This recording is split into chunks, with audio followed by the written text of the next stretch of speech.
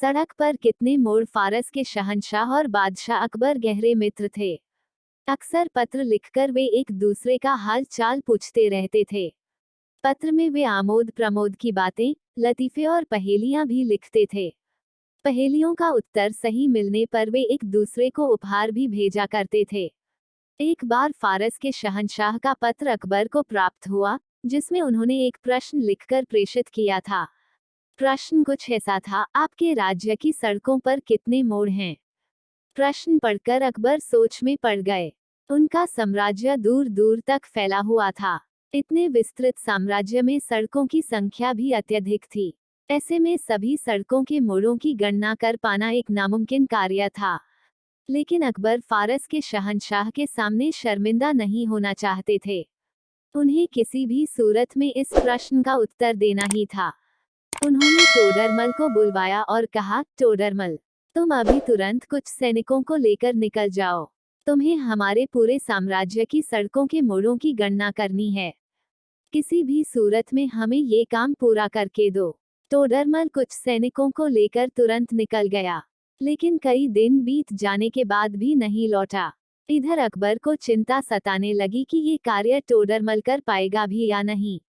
एक दिन बीरबल ने अकबर को चिंतित देखा तो पूछ बैठा, जहांपनाह, क्या बात है? आप बड़े चिंतित लग रहे हैं। अकबर ने फारस के शहंशाह के पत्र और उसमें पूछे गए प्रश्न के बारे में बीरबल को बताते हुए कहा, बीरबल, हमने टोडरमल को राज्य की सभी सड़कों के मोड़ों की संख्या की गणना के लिए भेजा है। हमें उसकी ही प्रतीक्षा है। साथ ही ये चिंता भी कि वो ये काम पूरा करके लौटेगा या नहीं। फारस के शहंशाह के पूछे गए प्रश्न को जानकर बीरबल मुस्कुरा उठा और बोला, जहांपनाह, इस आसान से प्रश्न के लिए आपको टोडरमल को कहीं भी भेजने की आवश्यकता नहीं थी। मैं तो यही खड़े खड़े ये बता सकता हूँ कि आपके राज्य की सड़कों पर कितने मोड़ हैं। यहाँ तक कि मैं तो ये भी बता सकता हूँ कि पूरी दुनिया की सड़कों में कितने मोड़ हैं। बीरबल, तुम बिना गणना किए हमारे राज्य और दुनिया की सड़कों के मोड़ों की संख्या बता सकते हो? कैसे? अकबर हैरत में पड़ गए। जहांपनाह, क्योंकि इसमें गणना की आवश्यकता ही नहीं है। दुनिया की सारी सड़कों के बस दो ही तो मोड़ होते हैं, एक दायां और दूसरा बायां।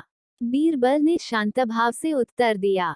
ये उत्तर सुनकर अकबर हंस पड़े। अरे, हमने तो ये सोचा ही नहीं और टोडरमल को सड़कों के मोड़ों की गणना के लिए भेज दिया। बीरबल, तुम वाकई अक्लमंद हो। अकबर ने बीरबल को इनाम में सोने का हार दिया और फारस के शहंशाह के प्रश्न का उत्तर उन्हें भिजवा दिया।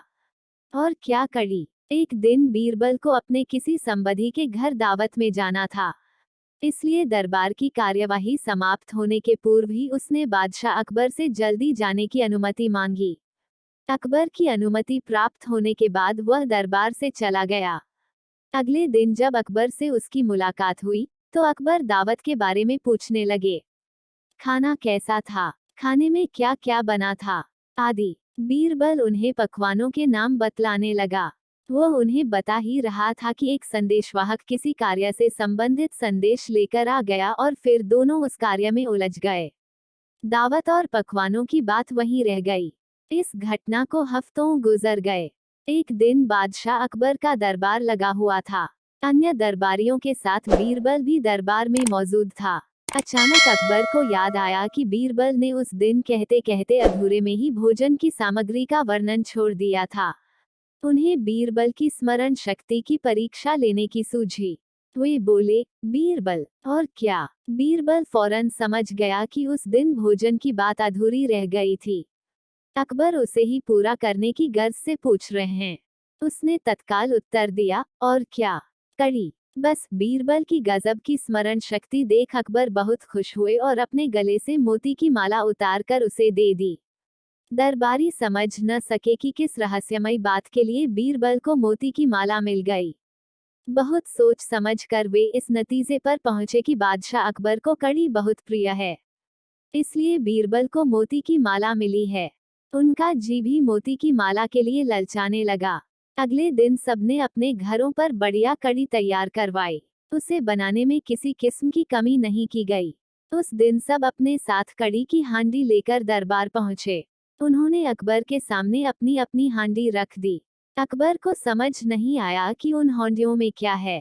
उन्होंने दरबारियों से पूछा, क्या है इनमें और इन्हें मेरे सामने क्यों लाए हो? दरबारियों ने उत्तर दिया, जहां पनाह, हम आपके लिए अपने अपने घरों से कड़ी बनवाकर लाए हैं। कल आपने बीरबल द्वारा कड़ी कहने पर खुश होकर उसे मोती की माला दे दी थी। हमें लगा कि आपको कड़ी बहुत पसंद है, इसलिए आज आपकी सेवा में कड़ी हाजिर हैं। दरबारियों की बेवकूफी देख अकबर तिलमिला उठे और आवेश में आकर सबको कैद में डालने का हुक्म दे दिया। वे बोले, तुम लोग बस नकल करना जानते हो, दिमाग का सही इस्तेमाल तो तुम्हें आता ही नहीं है, इसलिए तुम सबको यही सजा मिलनी चाहिए। दरबारियों अकबर के सामने नतमस्तक हो गए। वे क्षमा याचना करने लगे। तब अकबर अपना हुक्म वापस लेते हुए बोले, कसम खाओ कि आइंदा बिना समझे बूझे किसी की नकल नहीं करोगे। सबने कान पकड़ लिए कि आगे से ऐसा कभी नहीं होगा।